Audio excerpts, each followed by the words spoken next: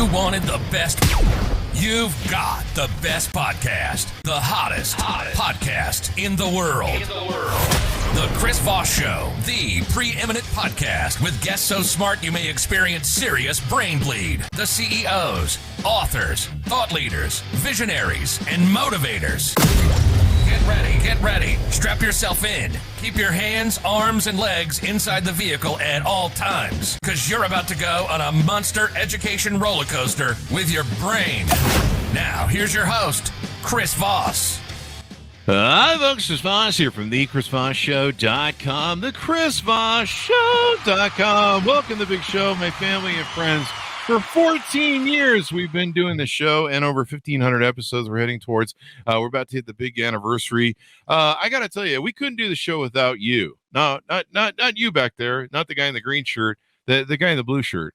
We couldn't do the show without you. Actually, it's all of you that's standing in the room. So we certainly appreciate you all. As always, a giant hug out to everyone who listens to the show. When was the last time I offered to hug you people? A big hug. Everyone needs a hug, right? Am I right, Alex? Do people need a hug?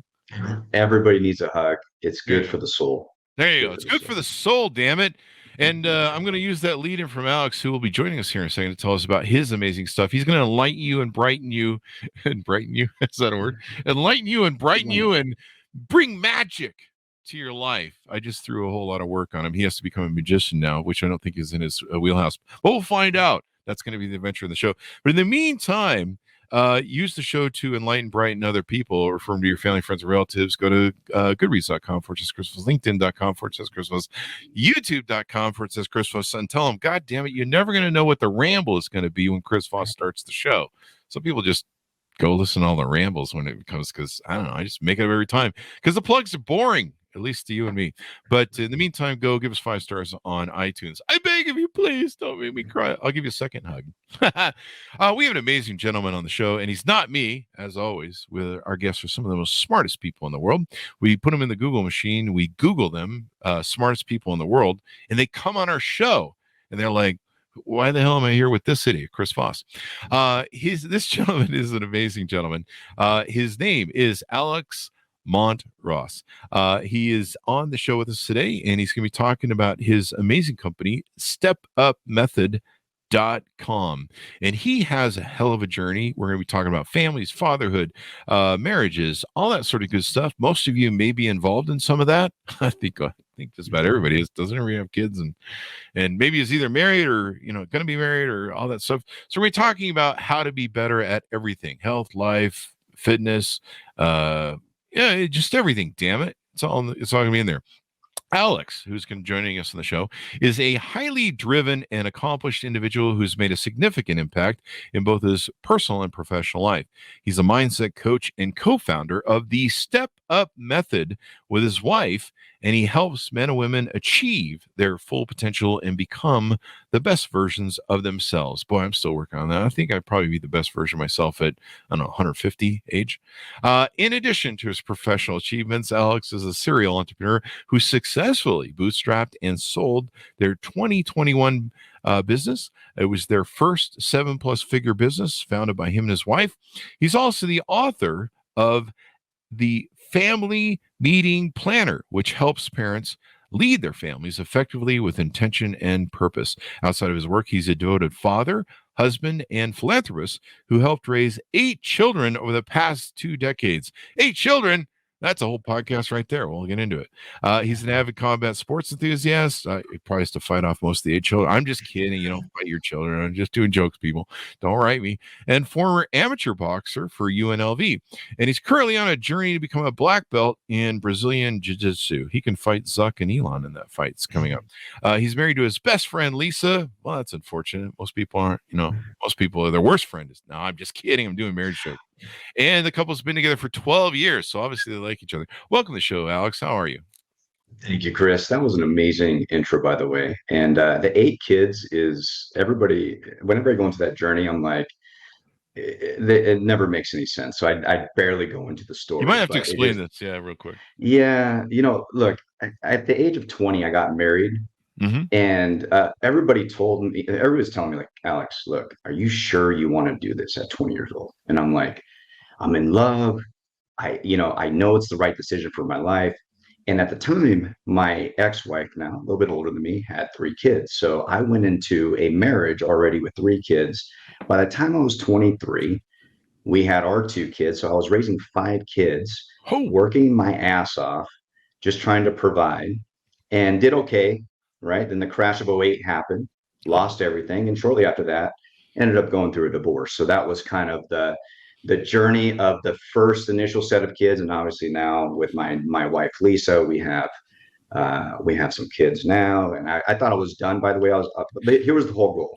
I was going to go into my 40s thinking I was good. Like, so I got remarried to my wife, Lisa, and I yeah. thought, hey, she has a daughter. I had my 2 kids, and I was like, I think we're good. And she's like, and I'm already planning my life, my 40s, my 50s. We're going to be travel the world. We're going to do all these things. She's like, hey, I want to have kids. And I'm like, I got to reset myself again to do this all over. Mm, So there you anyhow, go. but it's been a blessing to have, we have our 2 little ones. So now we are a household of 5 kids now. There you go. Well, you gotta work out and be healthy. We'll talk about some of this to chase those kids around. Give us your .com so people can check that out on the interwebs as we lead in. Sounds good. So at www.stepupmethod.com, that's where you kind of find our backstory, our journey. It's our consulting and coaching company. And we also have familymeetingplanner.com as well. If you want to get a copy of our family meeting planner, you can go there, kind of get a quick breakdown of how it all works, and then order your copy. There you go. So give us a 30,000 overview of what you guys coach on, you and your wife, and how it works. All right. So I'm going to go back to part of the origin story. And then, so this will kind of give some context. In 2013, we just got married, and the joke was, well, it wasn't a joke, but I actually had a heart attack at 33. Holy And crap, dude. yeah, man, it was nuts. So I didn't, thank God that my wife took me to the hospital. We'd been married 6 months. Here's the joke. We're in the hospital as the doctor comes in and says, hey, you're having a heart attack right now, and we got to get you in the back like ASAP. And so my wife looks at me and she's like, did I marry broken goods?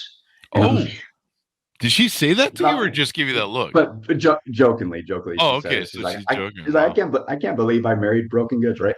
So Wow. anyway, they sent me to the back, and thankfully it got there because I actually had my lower artery descending, which is the widowmaker, they call it, Oh, 95% clogged. And had it been fully clogged, or had I not gotten to the hospital in time, I would not be here today. So thankfully she got there. And so that journey, that was kind of the start of really asking myself some serious questions about my life at the time. I was 33, kind of working through some things in marriage and new family and all this stuff, and work. At the time, I was a managing client partner at Verizon and doing my work there. But I had no intention or purpose really in my journey of life. It was just go to work, make some money, come home, be with the family, do that over and over and over again. And it was a very redundant, to be honest, very average, boring life. And with that came this idea of like, well, I'm not really living with any intention, no purpose. There's not really a growth path for me. kind So of day having to some day, conversation, right? it was a day to day, Mhm. and it didn't matter how much money I was making. I dreaded getting up every day to go to work, Wow. and that just started to kind of compound itself over the years. And so in 2016, a few years later, my wife and I started our business. We started Mont-Ros Real Estate Professional Services, which was a transaction coordination company for the real estate industry in Washington. Mhm. And so we started that, and it was actually the joke about how that started. That was kind of an accident. We just wanted to do an addition to our onto our house at the time, Uh-huh. and we needed I don't know, about $100,000. And we're like, all right, you know what? I think we can kind of start this business up, and we can make that. Well, at the time I was going through an MBA program, and they said, hey, can you do a marketing analysis on a company in Washington, Seattle, general area? And I said, sure. And I asked the professor, I go, can I do one on a startup? And it was my wife's, it was Lisa Mont-Ros Transactions. And she had like 5 clients, I think, at the time.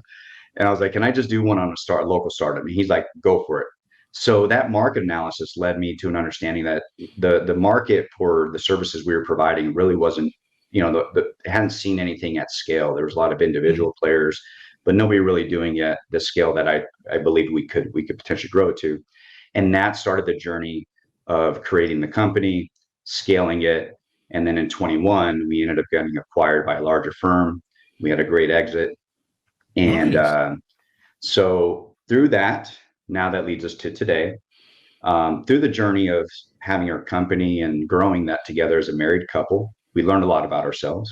One, we learned how to be better communicators. We didn't go through a divorce, thank God, because a lot of the story is you co-found a company with your spouse. Chances are you're going to have a lot of long nights, probably arguments and disputes that could potentially crush the marriage, right? So we, at the beginning of our journey, we kind of made some hard ground rules around our life and what we wanted it to look like. And one thing was this, is that we were not going to allow the business to ever override the marriage. So at any given time, we felt that our marriage was going to be at risk of just kind of crumbling, we were going to be okay letting go of the business. And so that initial kind of conversation and really kind of standard we set in place at the very beginning helped us through many, many hard years of building our company and helping, kind of get it to the place where we needed to get to eventually exit. You And guys have accomplished something very few people can do. I think I read years ago, and just like decades ago, in Harvard Business Review, I think I read only I think it's 4 or 7% of marriages can survive working together. It's a really small. It really is a small number, and not choke each other to death. Yeah, believe me, there was many, and she probably wanted to choke me more than the other way around. Yeah. But I felt like I was getting in the way many times. But this led us to this understanding that to have a marriage in a business that can thrive, there's a lot of moving pieces, and communication was really critical to that, and also having a game plan in place that you can actually execute on a daily basis.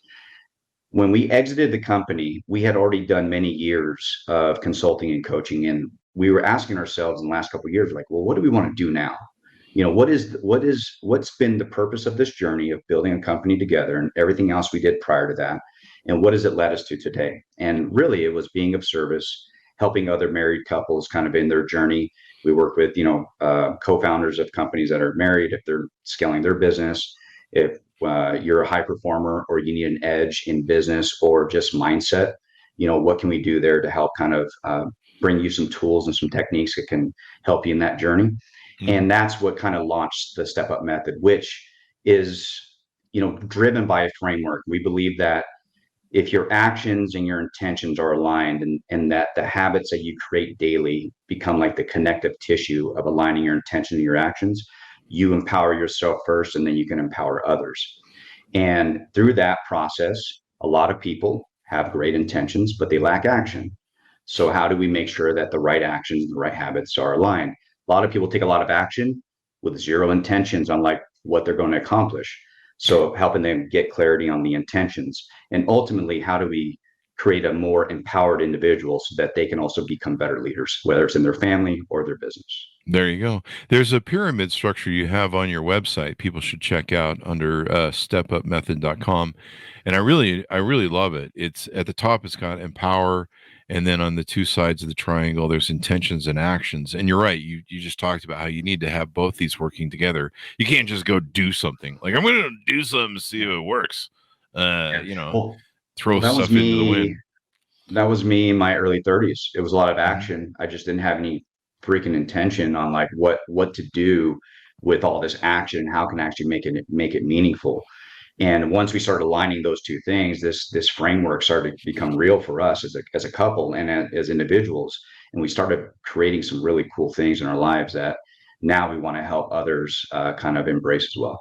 There you go. And then inside of the triangle is habits. That's a support sort of structure. And that makes sense, because if, you can have great intentions, you can plan great actions, but unless you make things a habit and you're working on that project every day, you're not going to get there. Because, I think probably a perfect example is New Year's Day, right? Everyone sets intentions and they set some actions. Like, I'm going to go to the gym tomorrow and I'm going to lose 50 pounds this year. And, and then every year no one loses 50 pounds. Gyms are usually full for the first month or two.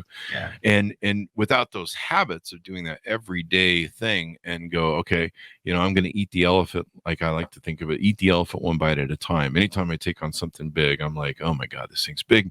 And I'm like, just start taking little bites. And then you wake up one day and the elephant's eaten and they put it out in front of you. And you're like, barbecue sauce. So I love this power up method that you guys take and have on your website, or step up method. I'm sorry.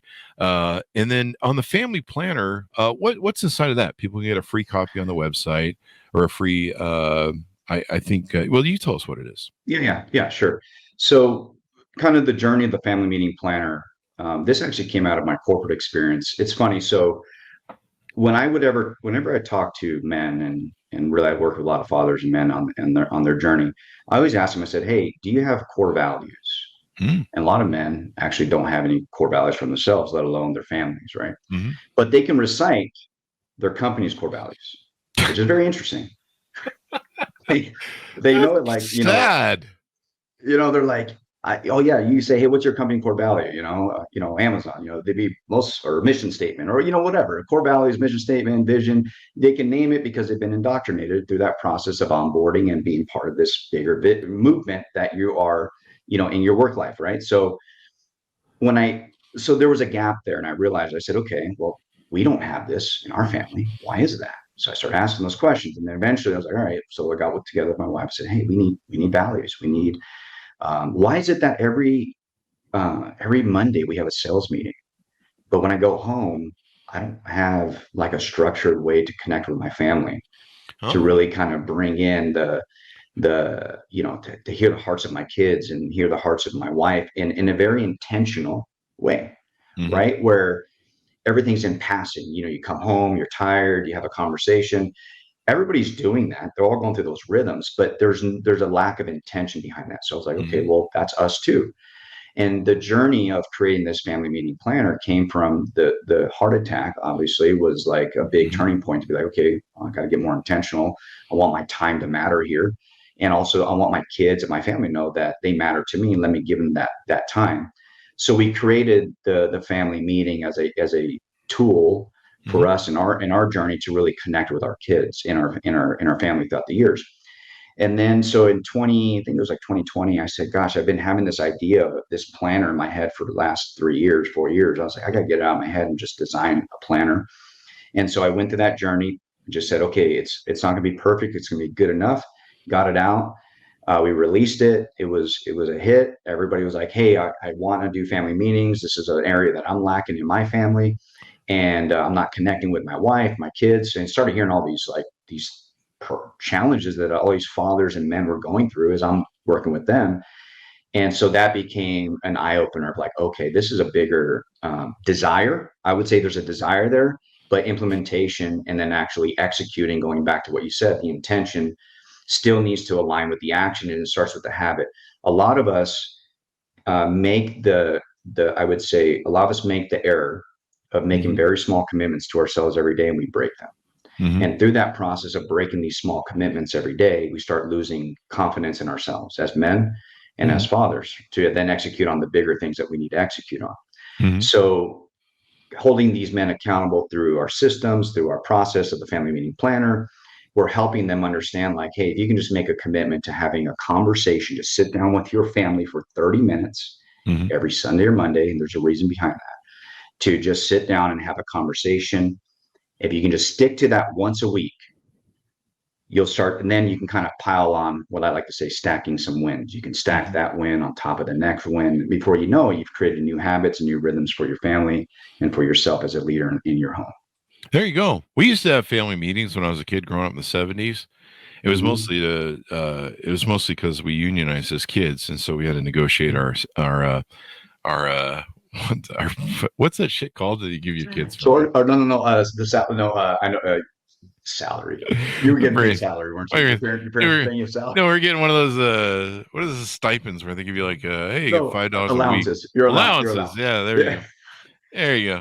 we had a union that we formed to fight the alliance thing. But no, our family used to have the little meetings. Mostly it was to tell us what horrible children we were, and we were horrible children. So I can attest to that. I was part of that crew, and some of it was intentional. No, but I love this program that you put forth. Maybe people maybe need to start thinking of their business or their family as kind of a business. I mean, not really. You don't want to go selling the children or anything. I mean, you could, but you don't. I think it's against the law. I think what's come out of the journey that we've seen and talking to a lot of couples and women and men throughout the last couple of years of doing this is that the challenge that there has to be a paradigm shift of how you look at like a meeting. And to your point too, the reason why I remember being a kid and I had a neighbor that did family meetings. We never did in our home. And they would invite me sometimes to their meeting. And I remember the mom cooking like desserts and then so everybody would sit down and they'd give their little updates and stuff. And I was gosh, as a kid, I always was like, this is cool. I want my family to do this. They never did it. And then my wife had a very similar experience too. And so it was like, how did we get away from that? So the word meeting, because it's fun. When we launched this, I played around with like family. Is it family huddle? Then people were like confused, like, well, I don't know what a huddle is. And I was like, let me just go back to meeting. And then let me try to help the audience have a paradigm shift of the word meeting. The goal of the meeting, when you come home from, God, the last thing you want is another meeting, especially if you're on Zoom calls all day or you're in, meetings all day. You're like, gosh, I gotta have another meeting with my family. And we heard this as feedback. We're like, that's why my husband doesn't want to do it. And there's all these excuses, by the way. That's because that's really all it is, just a bunch of lame excuses for why people just don't want to do something that could be a benefit. But I also think the word can carry a negative connotation because you're associating it back to work. And if you hate all of your meetings, so you sit in 20 of them, the last thing you want to hear is that you got to have another meeting. So we, through our process of helping coach these, couples and men and women up, it's like, hey, this is a meeting of the minds to help your family come to understand what really matters to you, help understand what matters to them, and build a regular cadence to where you have a safe, I don't want to say a safe place, because that's not really what it is. It's a place of confidence that anybody at that time and moment throughout the week can share their hearts on a challenge that they're having in their lives. We had many times in our family where, especially during COVID, where our teenagers were really struggling. They went through a lot in their journey with school. You have all the social pressures or lack thereof because of being removed from their social environments. And our kids were struggling with that.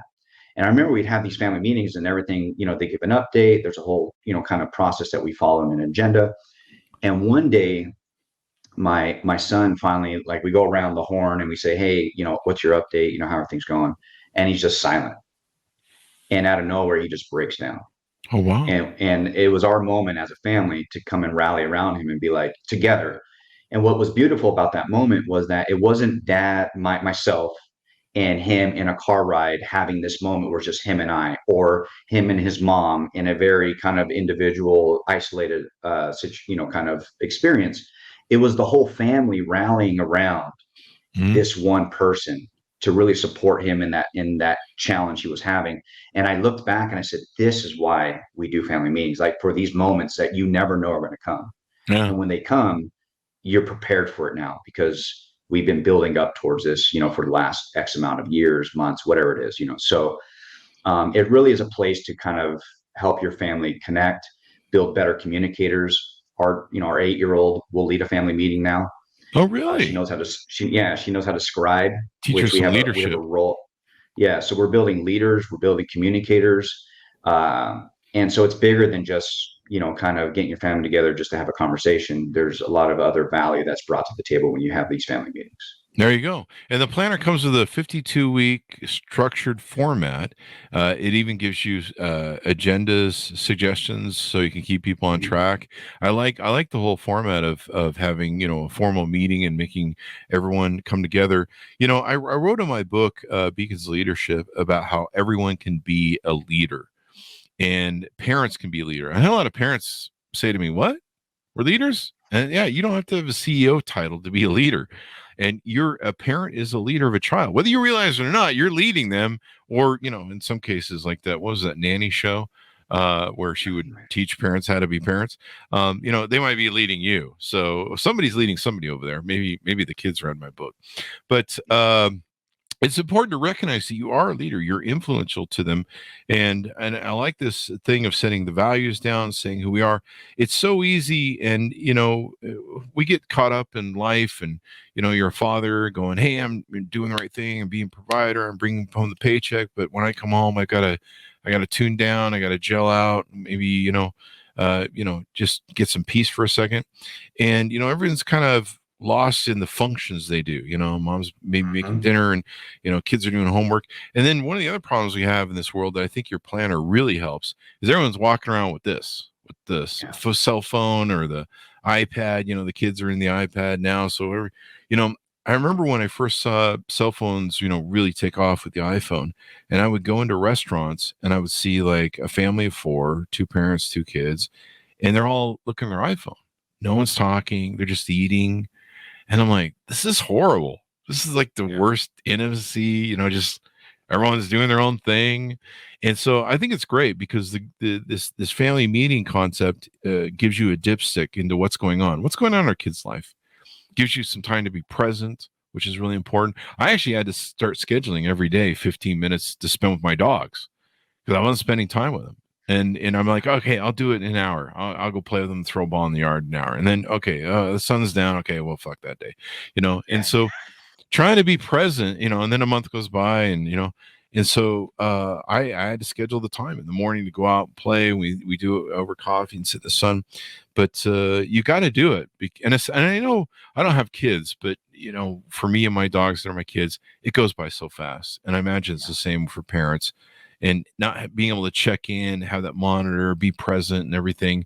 That's something that people can do with your guide is check in. Yeah. Yeah. That's really the aim. And my call is to a lot of, I would say, a lot of the fathers out there is really to kind of own it. And the reason why is, again, this is just from experience and talking to a lot of men and even the women in the journey of starting to launch family meetings.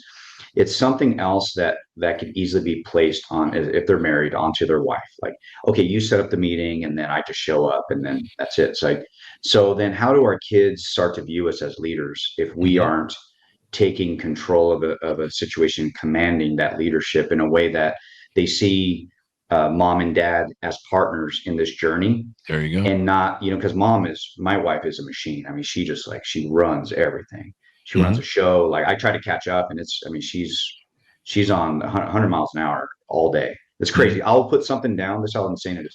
I'll put a glass of water down. I walk away. The water cup is gone and it's already being washed. I'm like, I just poured that for myself. I mean, she's like, it's nuts, man. I'm like, you got a problem. You got to slow down. So she's everywhere. Yeah. I mean, look, there could be worse things, right? So yeah, that's true. But she and the kids see that. They see that she's, picking up the kids. And so there's this opportunity for us fathers to really kind of, take a breath, sit down, let the kids know that we got this as a family. We're in control. Mom and dad are aligned. We have a mission. We have a vision for our family. And now we want to share it with you. And we want you to be part of this. And we also want to have a conversation with you. We want to hear about your day. We want to hear about, things that you might need help with that we've seen from a coaching perspective, right? In a very productive environment. So it's been awesome, man. So I love, when families finally launch, I get messages and like, I just launched my first family meeting, man. It was great, and all these, I'm like, it's pretty cool stuff to see these families being transformed by just this one simple tactic. There you go. And they get access to a monthly masterclass, behind the scenes access, member hot seats. There's a whole package you guys have. A bunch of stuff there. A 14-day trial, stuff like that.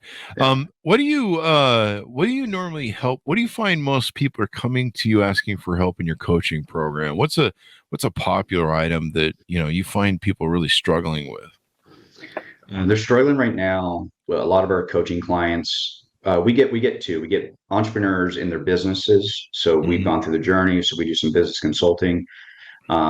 So we have that part of our business, but then on the individual side, when it comes to performance, It's really staying, it's how can they build a habit of consistency?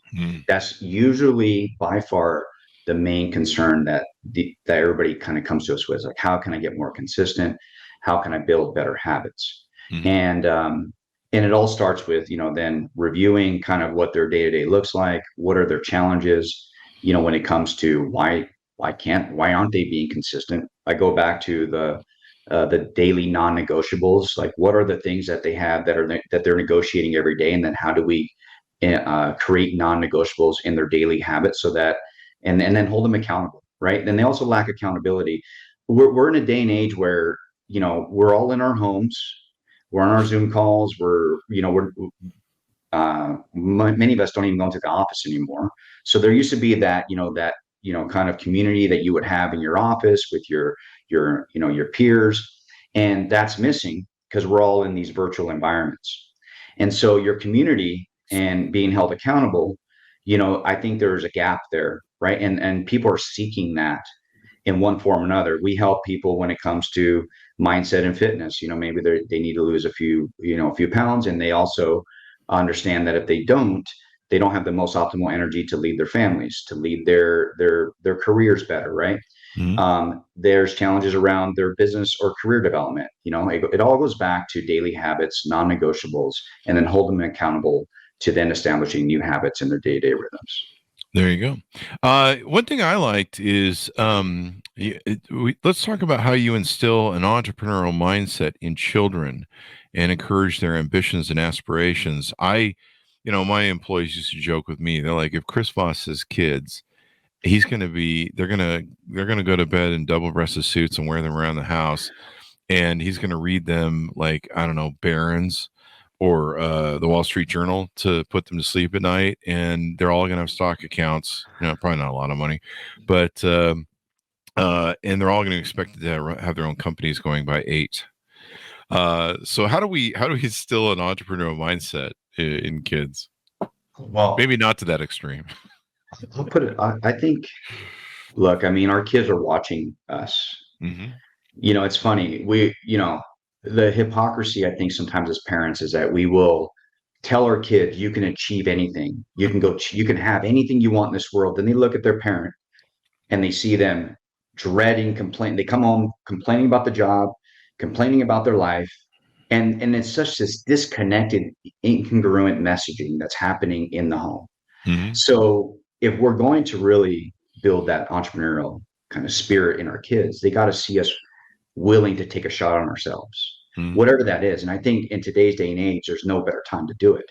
If you're in a corporate environment, there's no reason why you can't have something on the side building and saying, hey, and then your kids are watching like, wow, my parents are taking a shot on themselves. They're actually going to try something on their own that maybe is a passion of theirs that they've been holding for so long, and they're going to go shoot it out to the world. And so within our kids and our family, they see, their mom and dad all day long, testing, trying, they see it. And I think that that's the best way to do it, is that you have to be the example, or somebody in their life has to be the example to show them what that entrepreneurial spirit could actually turn into from, being a reality in their lives. There you go. Parents don't realize it. I've dated I'm 55. I dated all my life. I've been single all my life. I couldn't afford all the divorces, so I never got married. I tried twice. I was engaged twice, but I could tell that I was a broken individual, and no one loved me long term. Which is my audience right now, 14 years. So true. Yeah, he's a broken. Yeah, no one should marry this guy. In fact, I think there's a warning label that someone put on me because of it. It's a tattoo. Don't try this at home. But that being said, and 5 segues in or 3 segues in or whatever, however many that was, I lost what the hell I was going to say. Oh, what I was going to say was, what I've seen in my life of dating is the end result of failed parenthood, not 100% of the time, but the end result of failed parents in the home. And usually it's either single parents in the home raising kids without a strong masculine and feminine frame in them. And I'm talking masculine and feminine. So if you're LGBTQ, there's always the feminine and masculine in there. But I've seen what happens when kids are raised in single parent homes. I've seen the fallout from them without a father, without a mother. There's mother abandonment issues. There's father abandonment issues. I've seen what that looks like at the end of the road when I date people that might be in my age group or down 10 years. I see what that looks like. I see what the kids look like. I see what the family looks like.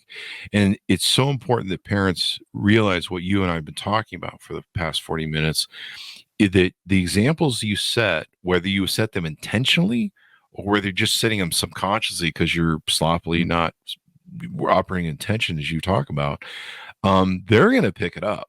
And if the family doesn't feel safe, if they don't feel secure in the family, if there's problems between the parents, butting heads and, toxicity and things like that, I can tell you what it looks like when those kids reach 40 is fucking nasty and ugly. It's not pretty at all. And the damage and the multiple divorces and the toxicity that they mirrored is hard. And I think with your system, it kind of occurred to me that with your system, it creates some safety. It creates some balance. And that connection is so important. Like even with my dogs, I have to connect with them. We have to go outside and we got to look each other in the eyes. And I have to go, I'm here and you're there and we're together. And this is our moment right now. And that's so important.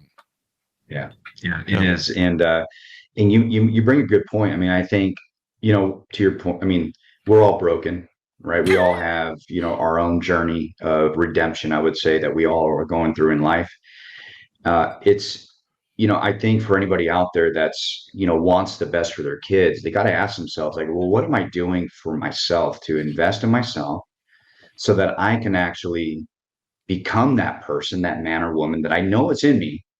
I actually desired, I see it, I aspire to be that person, but there's something in the way that's not allowing me to actually ever realize it. Get the help, invest in yourself with, coaching, mentoring. There's a lot of ways that, you can kind of overcome some of these things that are in the way. And then start to have your kids be, they're going to now start becoming a part of the journey of transformation. Because ultimately we are all being transformed one way or the other. And if we're not intentional, or if we just think it's a bunch of hoo-ha, whatever it is, that's for that person, not for me, then you're doing your kids a disservice, because they're the only person they're looking at, or people they're looking at in their lives for that inspiration is you. Yeah. That's it. And so if you look down upon those things that are around coaching, mentoring, because by the way, I have a lot of men in my journey that, it's hey, good for you, not for me. And these people they're broke. They're they're obviously not well ahead, which is funny to me. I'm like, it's always good for somebody else that's doing okay in life, but not good for the person that's not doing okay. It's just mind. And I know that's a limiting belief that they have in their mind. Yeah. And it's scary to transform, because guess what that means? You actually have to work. You got to do the work. But with habits, it makes it easier, right?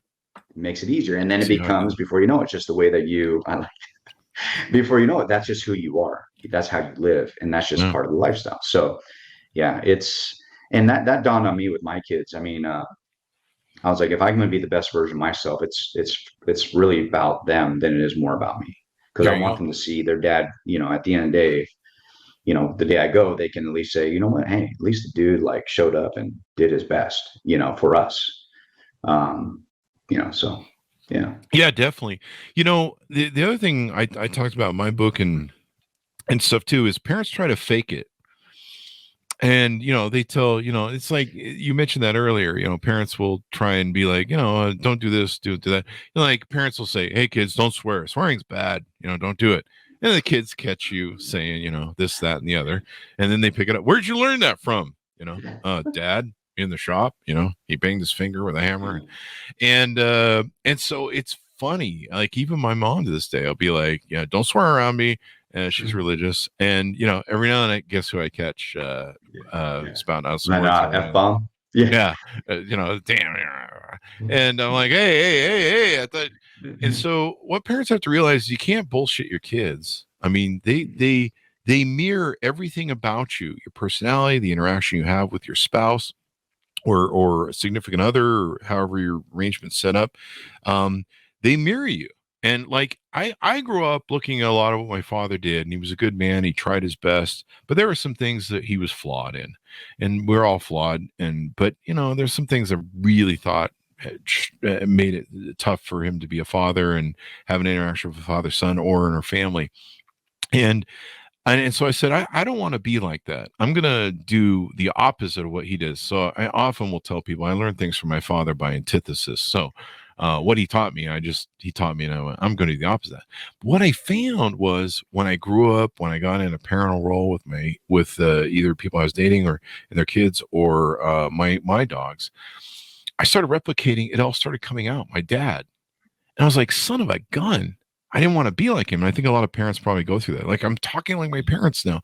And so, people don't realize is what you're talking about is making yourself a genuine good person and becoming whole on the inside and making sure that you're setting a genuine example to your kids. Because if you lie to them, if you bullshit them, whatever who you truly are, if you're a horrible human being on the inside like I am, your kids are going to pick up to it. In fact, that's why I didn't have kids, is because I didn't want to spread the disease. So there you go. What do you think about that? Yeah, they do. I think the biggest advantage we can give our kids in the moment of realizing, like, okay, there's moments in time where I'm a hypocrite, right?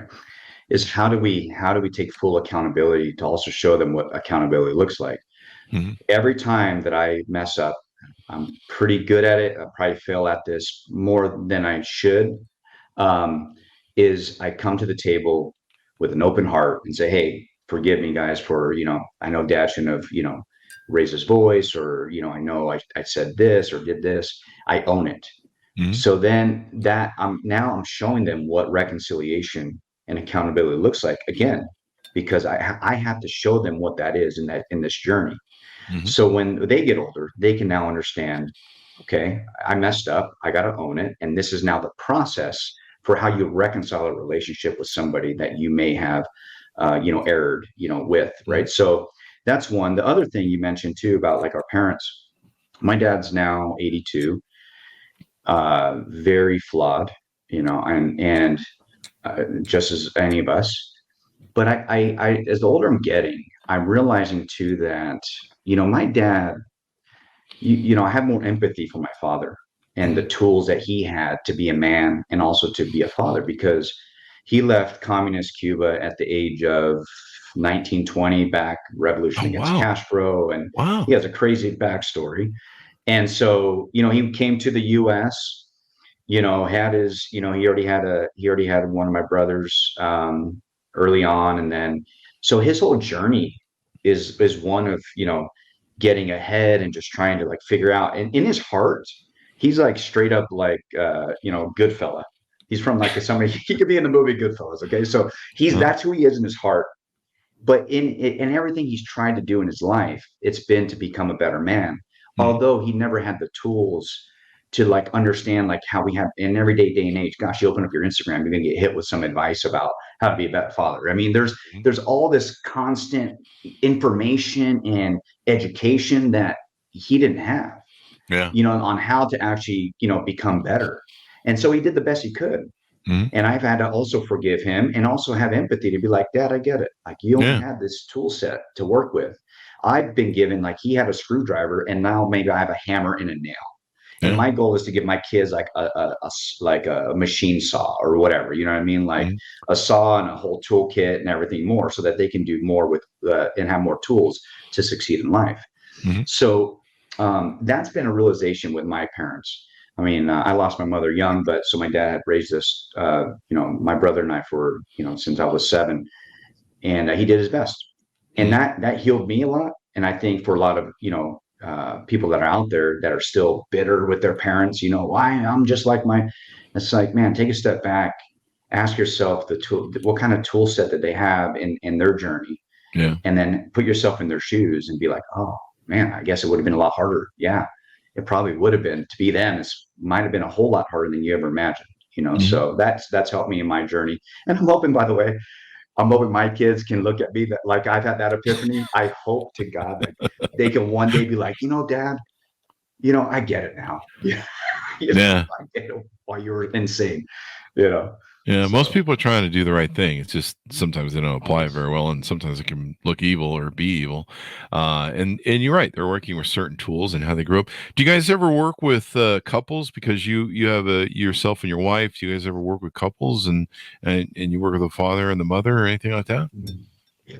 Yeah. So my wife, obviously we kind of separate. Those are, Okay. challenges that, individually. So yeah, if there's ever a couple that's, is trying to implement family meetings or they're on a journey of, developing, I would say a mindset, they're overcoming mindset challenges, Mhm. and then they bring in their husband or their wife kind of team. So we'll kind of figure out what their challenges are together. So then ultimately they can run their family more effectively, because the goal is that they can be happy at the end of the day. They can walk away from their journey of raising their kids and saying, I did okay. I Yeah. did all right. I think they're going to be good. Like, Yeah. I don't think, they're not going to end up in prison, or they're not, anything crazy. I think I did okay. And I can launch them into the world knowing that I did my part. I think all parents should be asking, like, are my kids launch ready? Like, Are even my as they kids get to, launch ready? I love that. are they launch ready? You know, So I grew up Gen X, and of course, we're the greatest generation ever. Um, and we were very independent very early on. We didn't really have much of a choice. That was just the way we were raised, and so we ran with it. But we know how to bury a body and clean up blood. So there's that. And we know how to, we were never home.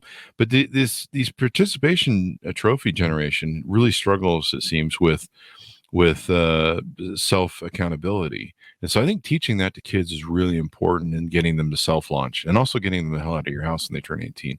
Uh, you ain't kidding, man. You ain't yeah. kidding about that one. Yeah. Yeah.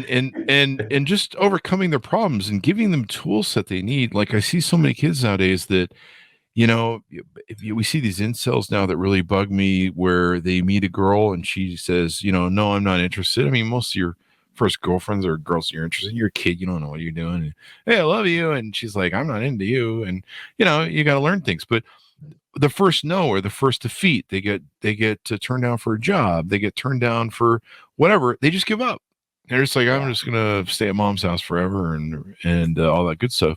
And really, they don't have that sort of skill set to build up calluses, take no's, take hits, have failures in life. Mhm. And if you don't teach your kids that, it's really hard. Like, there's nothing worse than when I meet somebody who's like 40 years old and still screaming about how it's not fair. And it's like, your father did not teach you, evidently, or maybe he wasn't in the house, that life isn't fair. And if you haven't learned that when you're like 10, have fun with this life. Yeah. Yeah. And that is my biggest fear, by the way. My biggest fear is that my kids would leave my house, because I have, my oldest is 21. Mhm. She'll be 22 this year. And then I have a 19-year-old. So my two oldest. And so my fear with them is that they're not, and again, I think I'm good, but it's still, there's still some things yet to be seen as they launch, right? Truly launch. And they're on Mhm. their journey. But I'm like, gosh, did I do okay? Because the challenge is, I came from pretty much a pretty not dirt poor, but it was pretty poor environment. We struggled a lot in our childhood. And to your point, I was a latchkey kid. So independence, like, I just learned how to survive very young. Mhm. And, the one thing you want for your kids, if you came from that environment, is to not have them go through that same suffering, right? But the Mhm. suffering is really what creates the person.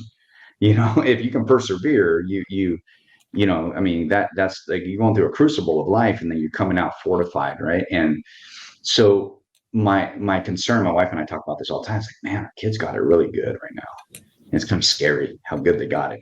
Mhm. So it's like, how this balance of like, okay, how do we impose you know things that are challenging in their lives so that they can have character development, Mhm. while at the same time blessing them because of the journey we've been on as a family. So yeah, it's the whole participation trophy era and stuff. Yeah, I've never been a fan of it. I think it's actually damaging our kids Yeah. more than it's probably been one of the biggest detriments to our society, that whole kind of concept.